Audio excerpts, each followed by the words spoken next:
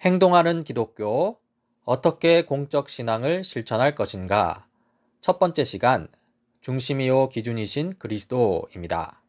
이 그리스도인에게는 확신이 있습니다. 이 기독교 신앙이 공적 영역을 다룬다는 확신인데요. 실로 그 누구도 기독교 신앙 안에서 이 공적 영역을 빼앗을 수 없습니다. 그리스도인들은 그저 개인적 삶과 그들 집단의 삶에서만 그리스도를 따르는 자들이 아닙니다. 그리스도인들은 공적이고 정치적인 삶에서도 그리스도를 따르는 사람들입니다. 이때 예수 그리스도는 이 공적 영역에서의 중심과 기준이 되시는데요. 그리스도인들이 공적 영역에 참여할 때 예수 그리스도가 이 중심과 기준이 되어야 한다는 것이죠. 그리스도와 성령님이 우리 마음과 가정과 교회만이 아니라 우리나라와 전 세계에서도 일하고 계시기 때문입니다. 특히 예수님이 선포하신 말씀을 기억해야 하는데요. 이 하나님 나라가 가까이 왔다는 말씀이죠. 여기서 이 나라의 성격을 살펴보자면요. 요한계시록은 이 나라의 공적이며 정치적인 성격을 그대로 드러냅니다. 이 하나님의 통치가 임할 마지막 재림을 거룩한 도성 새 예루살렘이 하나님께로부터 하늘에서 내려와 땅에 세워진다고 묘사하는데요. 이 거룩한 도성 새 예루살렘은 이 하나님 나라를 상징하고요. 이때 도성, 즉 폴리스는 공적이며 정치적인 의미를 가집니다. 즉 하나님 나라는 공적이며 정치적입니다. 다음으로 그리스도, 성령, 나라에 대해서 한번 자세히 살펴봅시다. 이 예수님을 이 공적, 정치적 참여의 기준으로 삼는 근거가 있습니다. 이 누가복음 말씀인데요. 그러나 내가 하나님의 능력을 힘입어 귀신들을 내쫓으면 하나님 나라가 너희에게 이미 온 것이다. 이 예수님의 귀신 쫓는 사역으로 말미암아 하나님 나라가 왔다고 하시죠. 예수님이 하신 일은 이것뿐만이 아닙니다. 십자가에서 죽으시고 부활하신 것이야말로 예수님의 가장 중요한 사역이죠. 따라서 이 예수님이 선포하신 나라는요, 이 땅에서 사명을 감당하시고 십자가의 죽음을 당하신 예수님, 또 부활 후 계속 살아계신 예수님과 떼어놓을 수 없습니다. 참으로 예수님의 이러한 사역이 하나님 나라를 가져왔고요. 예수 그리스도를 얻지 않고서는 하나님 나라를 얻을 수 없습니다. 따라서 예수 그리스도의 삶 전체가 이 공적 영역에서 중요합니다. 예수님께서 십자가에서 죽으셨는데요. 예수 그리스도의 십자가 죽음은 인간 삶에 나타난 여러 타락들에 맞선 가장 중요한 승리였습니다. 예수 그리스도는 이 십자가 죽음을 통해서요, 타락한 세상과의 갈등을 나타내시고 그 갈등을 사명의 일부로 삼으셨고요. 그렇게 하심으로써 타락한 인간 세상을 하나님의 심판 아래 두셨습니다. 또한 예수 그리스도의 부활 승천인데요. 이 사도행전 말씀입니다. 하나님께서는 예수를 살리셨습니다. 이 예수를 높이 올리셔서 자기의 오른쪽에 앉히셨습니다. 예수님의 부활과 승천은 이 새로운 시각으로 예수님의 통치, 곧 예수님의 나라를 확인하고 확립해 줍니다. 예수님의 부활과 승천을 통해 예수님의 십자가 죽으심은 정당화되고요. 또 예수님의 사명은 이 정당하지 않은 세속 권력의 타락, 그 가식의 가면을 벗기는 것이죠. 하지만 예수님은 세속 권력을 완전히 거부한 것이 아닙니다. 오히려 그 권력을 회복시키십니다. 즉, 그리스도는 세속 권력을 죄와 타락으로부터 구속하시고요. 따라서 오늘날 세속 권력의 역사 속에서 우리는 하나님 나라를 살짝 맛볼 수 있습니다. 이러한 예수님의 사역은 이 성령을 통해서 계속되는데요. 사도행전 말씀을 다시 읽어보면요. 하나님께서 예수를 살리셨습니다. 이 예수를 높이 올리셔서 자기의 오른쪽에 앉히셨습니다. 그는 아버지로부터 약속하신 성령을 받아서 우리에게 부어주셨습니다.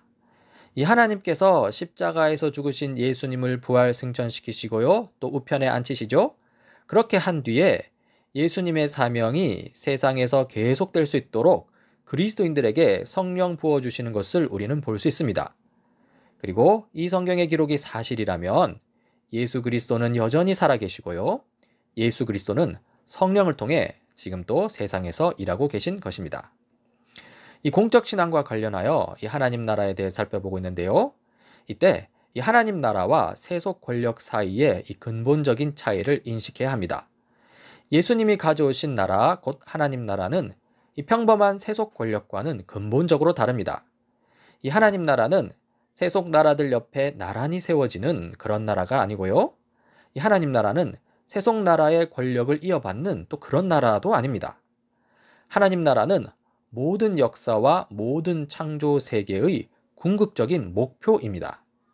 하나님 나라는 최종적이기에 완전하고요. 또 보편적이기에 모든 창조 세계로 확장됩니다. 하나님 나라는 우리의 아주 은밀한 욕구로부터 또 온 우주의 운명에까지 이릅니다. 그 가운데 지금 우리가 다루고자 하는 이 공적 영역도 포함되어 있는 것이죠. 참으로 우리는 그리스도를 통해 이 땅에 임한 하나님 나라와 더불어서 이 공적 참여를 행합니다. 즉, 그리스도인들은 공적 영역에서도 이 기독교적 신앙을 실천해야 합니다. 우리 그리스도인들은 모든 삶의 영역에서 활발하게 활동해야 합니다. 왜냐하면 예수님께서는요, 우리 삶 전체에서 예수님을 따르고 또 예수님이 일하시는 곳 어디에서든 성령의 능력으로 일하도록 우리를 부르시기 때문입니다. 이러한 공적 참여는 이 성경적 근거를 가지는데요. 예수님은 그분의 생애가 담긴 복음서 이야기 곳곳에서 사람들을 불러 자신을 따르라고 하시고요. 또 그들의 삶을 예수님에게 맞추라고 하셨습니다. 즉, 그들의 삶에서 예수님이 손대지 않은 부분은 하나도 없어야 하고요. 따라서 이 제자도는 가정생활, 부와 재산, 일과 노동, 사회생활에도 영향을 미칩니다. 그리고 이러한 공적 참여에는 성령의 도우심이 있습니다. 우리가 성령의 능력으로 예수님을 따르기로 헌신했다면요. 예수님이 우리 삶 전체의 성격을 결정하도록 해야 합니다. 예외는 없습니다. 우리는 그리스도의 제자로서 공공선에 영향을 미치는 판단과 말과 행동을 해야 합니다. 우리 모든 삶의 영역에서 예수님의 제자로 행해야 합니다. 또 이러한 공적 참여에는 성경을 통한 분별력이 필요합니다. 그리스도의 제자로서 이 공적 참여를 하려고 할 때 우리는 그리스도가 어떻게 일하시는지를 알고 또 그리스도를 따르기 위해 이 성경으로 향하게 됩니다. 비록 성경 시대 상황과 오늘날 시대 상황은 다르지만요. 성경 속에 계신 그리스도가 오늘날 세상 속의 그리스도와 다를 수는 없습니다. 히브리서 13장 8절 말씀이죠. 예수 그리스도께서는 어제나 오늘이나 영원히 한결같은 분이십니다. 먼저 성경 속 예수 그리스도를 잘 안 다음에 오늘날 예수 그리스도의 제자로 살도록 잘 적용해야 합니다. 성령님께서 우리를 도우실 것입니다. 지금까지 내용을 종합해 볼까요? 그리스도는 사람들이 하나님 나라를 고대하도록 어디에서든 일하고 계십니다. 그러므로 우리는 그리스도가 일하시는 곳 어디에서든 그리스도를 따라야 합니다. 또한 성경이 증언하는 예수 그리스도의 성품은 항상 어디에서든 동일합니다. 따라서 우리가 성경에서 만나는 예수님, 오늘날 성령을 통해 일하시는 그 예수님이 우리의 공적 참여의 기준이 되어야 합니다. 이제 그리스도인이 처한 현실과 또 고대하는 소망에 대해서 살펴봅시다. 먼저 그리스도인의 현실인데요. 예수님이 자신의 삶과 죽음과 부활로 하나님 나라를 가져오셨지만요. 그 나라는 세상 역사가 끝날 때에야 온전히 실현될 것입니다. 그러므로 우리는 현재 긴장 가운데 살고 있습니다. 하나님 나라는 어떤 의미에서 지금 실제하지만요. 또 다른 의미에서는 여전히 아직 오지 않았습니다. 즉, 하나님 나라는 완성을 향해 달려가는 중입니다. 여기서 기억해야 할 점이 하나 있는데요. 하나님 나라가 온전히 실현되는 과정은 이 세상 역사 안에서 점차 진보하는 형태가 아닙니다. 오히려 그 변화는 너무나도 뚜렷합니다. 이 요한계시록에 따르면요. 거룩한 성, 곧 하나님 나라는 하나님께로부터 이 땅에 내려와야 합니다. 이 땅에서 서서히 만들어지는 게 아니라는 것이죠. 따라서 그리스도인의 기본 자세는 소망입니다. 하나님 나라를 바라보는 우리의 기본 자세는 소망이어야 합니다. 곧 그리스도의 성육신으로 시작되어 성령을 통해 지속되고 있는 그 나라의 사역을 하나님이 완성하시리라는 열렬한 기대여야 합니다. 그리고 그 소망이 곧 우리의 현실이 되는데요. 그 소망은 우리가 소망하는 하나님 나라의 실제 속에서 사는 것입니다. 성령의 능력으로 그리스도를 따르는 사람들은요, 그 소망이 그들 삶의 성격과 계획을 결정하게 합니다.